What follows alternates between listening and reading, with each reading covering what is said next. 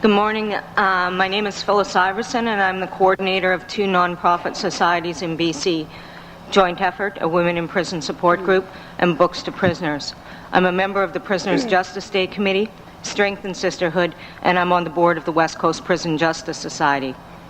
To begin, I'll quote the United Nations Standard Minimum Rules for the Treatment of Prisoners and go on to underline how the Correctional Service of Canada breaks these rules. Rule number 58.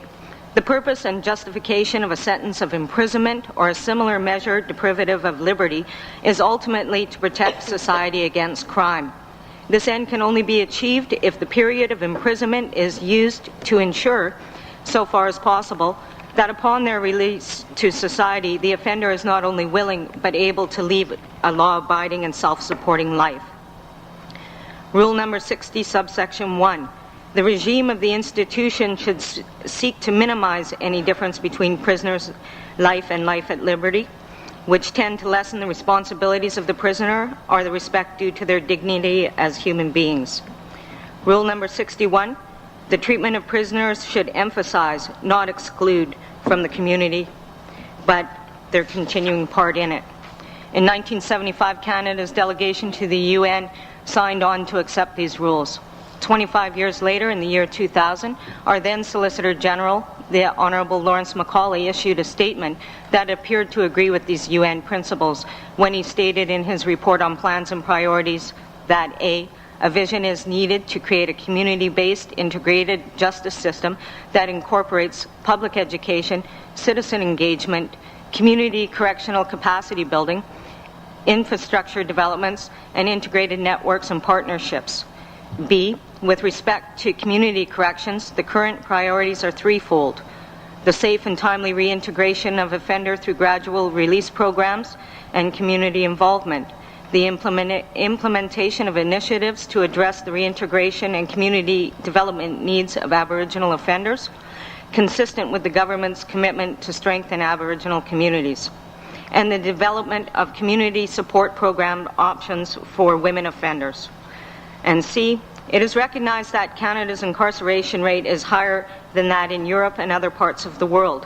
CHRC and its partners need to make concerted, vigilant, and innovative efforts to reverse this present reality and strengthen community-based interventions at the earliest stages possible to combat reliance on incarceration. This statement, however, is merely talk, since the reality is that there's only one minimum security prison for women, and it's slated to be closed. There are no community correctional centres for federally sentenced women. And although there are some beds available to women in men's halfway houses or residential facilities, most women do not feel safe and would not want to have their children in men's facilities. There's no intensive residential treatment centres for women, and there are no women-only halfway houses for federally sentenced women, though there are a few beds available in transition houses and halfway houses for provincially sentenced women. Without community resources that begin with community correctional centres to depressurize and resocialize people who have been alienated from society, without community housing, residential treatment centres, continuing education and training, without follow-up and maintenance programs, drop-in centres and peer supporters, without family and legal assistance, without halfway houses that will accept federally sentenced women for up to 3 years, these women cannot achieve the earliest date of release, and most have few opportunities for successful reintegration.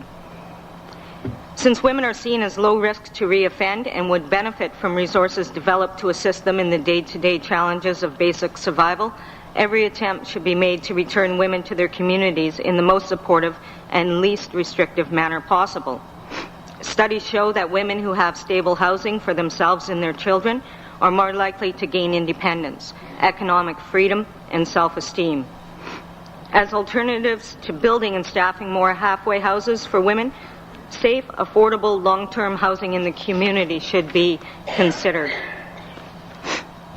Women who have support from their families and communities should have the opportunity to be paroled to their family home or the private home of a community sponsor rather than to a halfway house.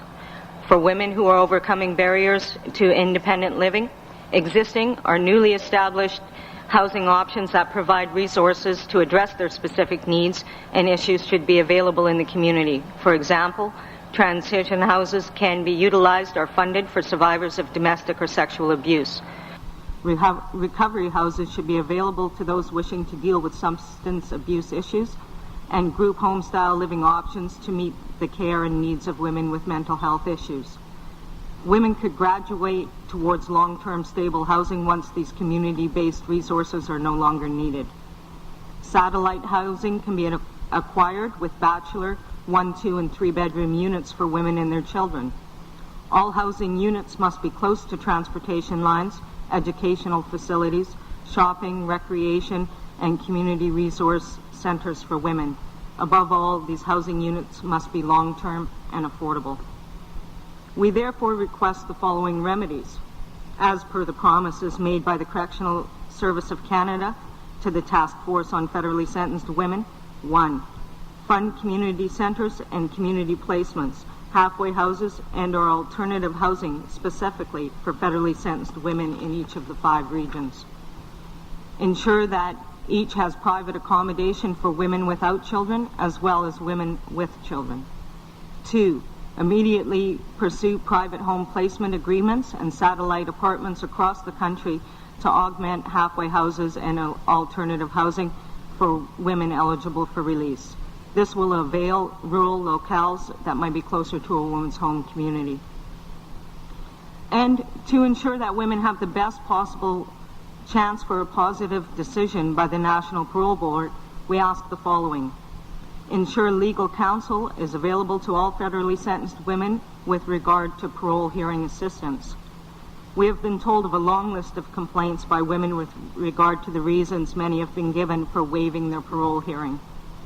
To ensure that this does not happen on a systemic basis, we recommend that in order to assure all federally sentenced women of the earliest possible release, particularly in cases where a caseworker is due for holidays or there's a strike or other work stoppage pending. 1. Once the case management officer has conducted their prisoner interview, the prisoner is given an individualized calendar of items with due dates. In this way, the prisoner is clear about what and when any information is needed in order to complete their paperwork on time. In this way, there would be no misunderstanding about what is required in the way of an acceptable release plan, about providing timely information, about inviting assistance or legal counsel to their hearing. 2. A community volunteer or a prisoner worker be selected from the ranks of the Native Sisterhood, Lifers Group, or Prisoners Committee and assigned to coordinate the paperwork to case management.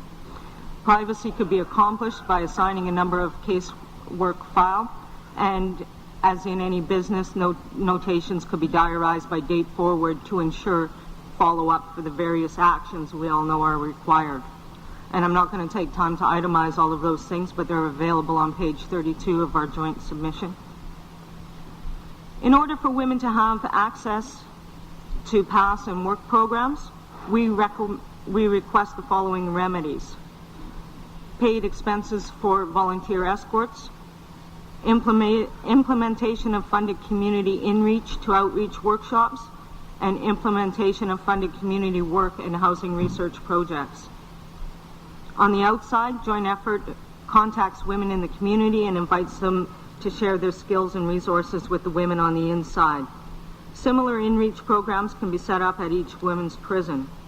Women from such groups as the Local Status of Women, Transition Houses, Rape Crisis Centers, Battered Women's Support Services, Women Health Collectives, Women's Centers, Aboriginal Women's Communities, Women in Trades, and women from community campus radio mentors in the arts and cultural and entertainment communities can be contracted to come in and do a workshop on their area of expertise. This in turn can lead to the possibility of job training in these fields through government wage subsidy and job placement programs for women returning to the workforce. There may even be women who would want to volunteer with these groups and organizations for skills building exercises. Temporary absences should be used to facilitate these releases to the community in cases where women have not yet reached their parole eligibility date. And as everyone here knows, many federally sentenced women have abuse issues they need help with. We recommend the following: psychological counseling and treatment whenever requested by a woman, and additionally, to improve the success rate of women returning to the community, it is imperative that all continuing educational and vocational courses that will enhance employability be funded. However, for prisoners to make it a successful transition into society, programs and services to accomplish these goals must start on the inside. The content must translate towards certified levels of accomplishment recognized in society outside the walls. The European Prison Education Association was formed to promote prison education in accordance with the Council of Europe's recommendations on prison education back in 1989. That committee took a broad view of education, and the report varies over several areas. However, two overall themes predominate. The first was that education of prisoners in its philosophy, methods, and content must be brought as closely as possible to the best adult education in society outside. And secondly, that education should be a constant seeking of ways to link prisoners to the community outside and to enable both groups to interact with each other as fully and as constructively as possible. We therefore request these remedies: link educational and vocational programming inside the walls to ongoing programming in the community, and fund ongoing community-based certification programs in both educational and vocational areas. One effective method of helping women to help themselves is to set up community-based centers and services that address the needs of a target group. Women's coalitions, social justice groups, and government agencies have worked together to provide user-based services that range from issue-based peer support groups to health collectives to thrift shops that provide services to women leaving abusive relationships while at the same time employing workers from those sectors. Women's centers provide a safe space where women can socialize, access resources, and learn new skills in a supportive environment. Through their experiences, federally sentenced women share commonality with women who these services were provided by and for. However, as with all groups of individuals struggling to overcome social and personal barriers, we have found that the greatest outcomes for success are peer interrelated. Women returning to the community from prison, whether federally or provincially sentenced, first need a safe space of their own where they can meet together and share basic information concerning their needs and the needs of their families. These centers should be staffed by women who understand not only the barriers facing women coming out of prison, but the issues that prisoners face on a daily basis inside. Any woman doing time in that area should be allowed a temporary absence from prison to come to the center. The center should operate as a resource and referral service for all prisoners, ex-prisoners, and women in conflict with the law. A resource guide of community services for women in that area could be accessed through the center. The center would also develop and offer their own resources and services, such as peer support counseling, hosting workshops and information sessions provided by other organizations, educational programs such as GED upgrading. There should be a 1-800 number that can be accessed by all women prisoners who need referral and resource information prior to release. As well, this number could be used as an information service for family members of women in conflict with the law. When a woman is sentenced to a term of imprisonment, her sentence not only isolates her from her family and the community, it can isolate her family from the community. Many relatives and friends of women in conflict with the law do not know where to turn when seeking assistance for someone on the inside. Sometimes they don't even know where the prison is, how to book a visit, or how to contact a lawyer. We seek the following: a funded national network of drop-in centers to be developed with the goal of providing services and training for federally sentenced women in each region, to be staffed and operated by prisoner advocates and formerly incarcerated women. In addition to the remedies we have requested for all federally sentenced women, we wish to request remedies specifically geared to the needs of Aboriginal women. 1. Aboriginal housing initiatives for women with and without their children, to include transition houses, community placements, halfway houses, and satellite apartments. 2.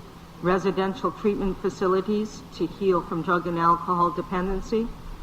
3. Funded community drop-in centers in each region that meet the spiritual, social, and cultural needs of Aboriginal women.